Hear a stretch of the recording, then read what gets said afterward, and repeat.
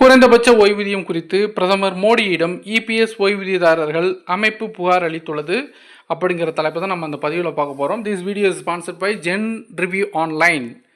So வாங்க நம்ம இப்போ வீடியோக்குள்ளே போகலாம். போகிறதுக்கு முன்னாடி நம்ம சேனலை மறக்காமல் சப்ஸ்கிரைப் பண்ணிக்கோங்க, பெல் ஐக்கானையும் ப்ரெஸ் பண்ணுங்கள். ஊழியர்களின் வருங்கால வைப்பு நிதி அமைப்பின் 1995 ஆண்டு ஊழியர்கள் ஓய்வூதிய திட்டத்தின் கீழ் வரும் ஓய்வூதியதாரர்களின் அமைப்பான இபிஎஸ் 95 ஓய்வூதியதாரர்கள் ஒருங்கிணைப்பு குழு பிரதமர் நரேந்திர மோடியிடம் ஊதிய உயர்வு வழங்காதது குறித்து புகார் அளித்துள்ளது.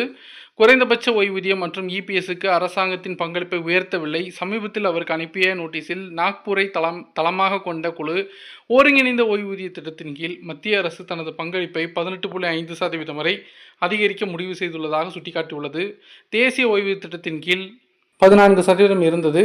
ஆனால் அது பகத் சிங் கோஷாரி கமிட்டி என்று பிரபலமாக அறியப்படும் ஒரு நாடாளுமன்ற குழுவின் பரிந்துரையின்படி செயல்படவில்லை.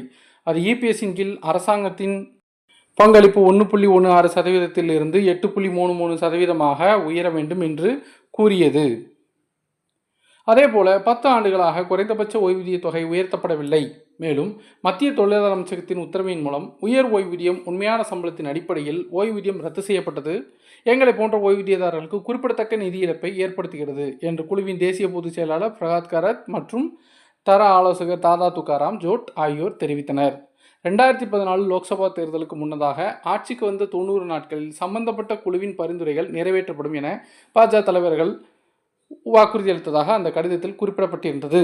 அக்டோபர் 17 நாடு தழுவிய ரீதியில் போராட்டம் நடத்தப்படும் என அலுவலக அதிகாரிகள் மேலும் தெரிவித்தனர். ஸோ வீடியோவை லைக் பண்ணுங்கள், ஷேர் பண்ணுங்கள். மறுபடியும் அடுத்த வீடியோவில் சந்திப்போம். நன்றி, வணக்கம்.